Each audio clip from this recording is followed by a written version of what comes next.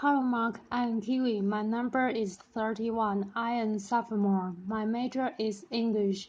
Today the title of speech is Save the Oceans, Feed the World. The speaker is Jackie Savitz.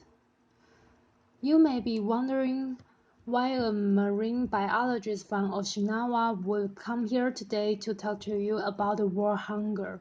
I'm here today because saving the oceans is more than an ecological desire.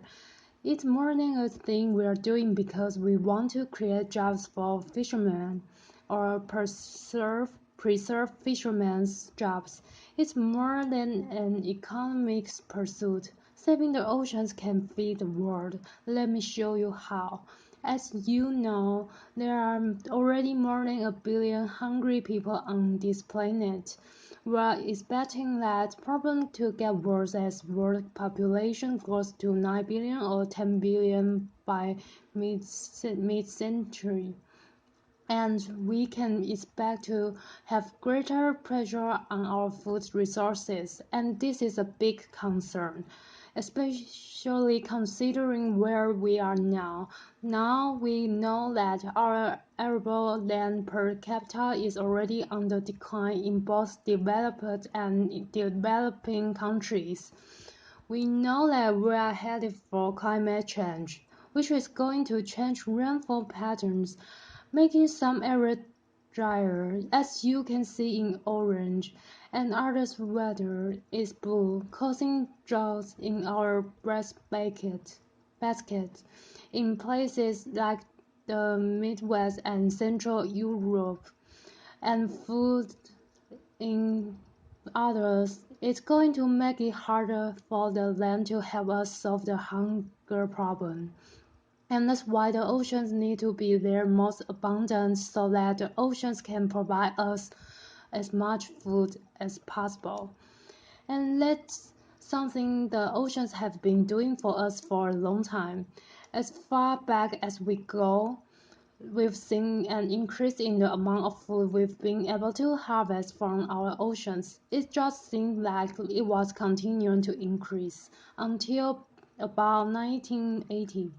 When we started to see a decline, you've heard of peak oil, maybe this peak fish. I hope not. I'm going to come back to that. But you can see about an 18% decline in the amount of fish we've gotten in our world catch since 1980. And this is a big problem. It's continuing. This red line is continuing to go down, but we know how to turn it around, and that's why I'm going to talk about today. We know how to turn that curve back upwards. This doesn't have to be big fish. If we do a few simple things in target places, we can bring our fisheries back and use them to feed people. First, we want to know where the fish are, so let's look where the fish are. It turns out the fish conveniently are located for the most part of our coastal areas of the countries in coastal zones, and these are areas that national jurisdiction have control over, and they can manage their fisheries in these coastal areas. Coastal countries tend to have jurisdiction that go out about 200 nautical miles in areas that are called exclusive economic zones. And this is a good thing that they can control their fisheries in these areas, because the high seas, which are the darker area on the map, these high seas is a lot harder to control things because it has to be done internationally. You get into international agreement, and if any of you are checking the climate change agreement, you know this can be a very slow, frustrating, tedious process. And so controlling things nationally is a great thing to be able to do. How many fish are actually in these coastal areas compared to the high seas? Well, you can see here about 7 times as many fish in the coastal areas than there are in the high seas. So this is a perfect place for us to be focusing because we can actually get a lot done. We can restore a lot of our fisheries if we focus in the coastal areas. But how many of these countries do we have to work in? There's something like 80 coastal countries. Do we have to fix fisheries management in all of those countries? So we ask ourselves, how many countries do we have to focus on? Keeping in mind that the European Union conveniently manages its fisheries through a common fishery policy. So if we got good fisheries management in the European Union and say 9 other countries, how much of our fishery would we be covering? Turns out European Union plus 9 countries covers about 2/3 of the world fish catch. If we took it up to 24 countries plus the European Union, we would up to 90%, almost all of the world's fish catch. So we think we can work in a limited number of places to make the fisheries come back. But what do we have to do in these places? Well, based on our work in the United States and elsewhere, we know that there are 3 key things we have to do to bring fishery back. And they are, we need to set quota or limits on how much we take. We need to reduce big catch, which is the accidental catching and killing of fish that we are not targeting, and it's very wasteful.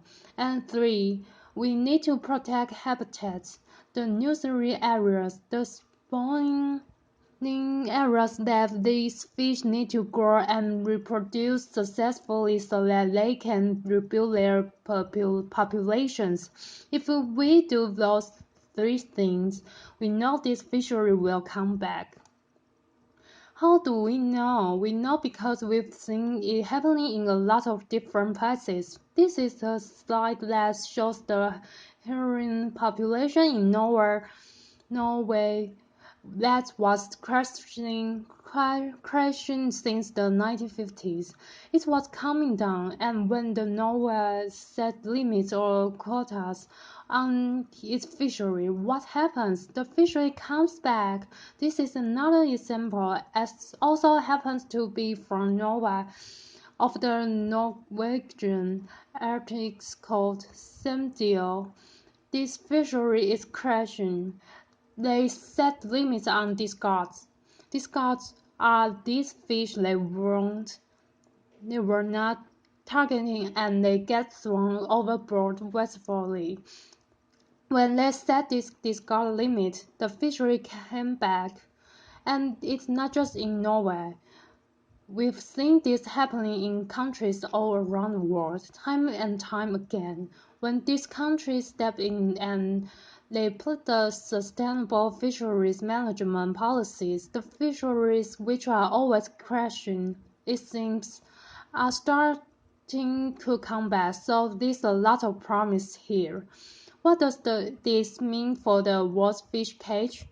This means that if we take that fishery catch that's on the decline and we could turn it upwards, we could increase it up to tens, 100 millions.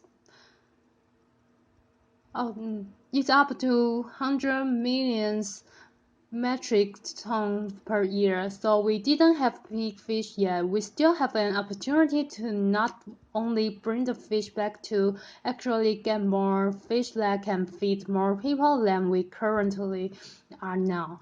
How many more? Right about now, we can feed about 450 million people a fish meal a day based on the current world fish catch, which of course you know is going down. So that number will go down over time if we don't fix it.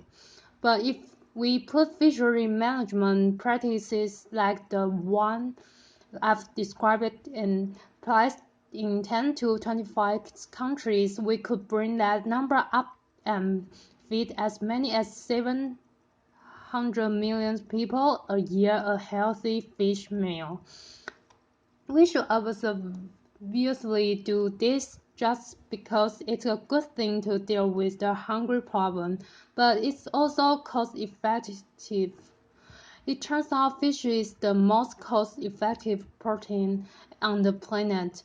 If you look at how much fish protein you get per dollar invested compared to all of the other animal proteins, obviously, fish is a good business decision. It also doesn't need a lot of land, something that's in short supply compared to other protein sources, and it doesn't need a lot of fresh water. It uses a lot of less fresh water land. For example, cattle, where you have to irrigate a field so that you can grow the food to graze the cattle. It also has a very low carbon footprint. It has a little bit of carbon footprint because we do have to get out the catch the and catch the fish. It takes a little bit of fuel. But as you know, agriculture can have a carbon footprint, and fish has much smaller one. It's less polluting. It's already a big part of our diet, but it can be a bigger part of our diet, which is good thing because we know that it's healthy for us. It can reduce our risk of cancer, heart disease, and obesity. In fact, our CEO, Andy Shefless, who is the originator of this concept, actually, he likes to say fish is the perfect protein. Andy also talks about the fact that our ocean conservation movement already grew out of the land conservation movement.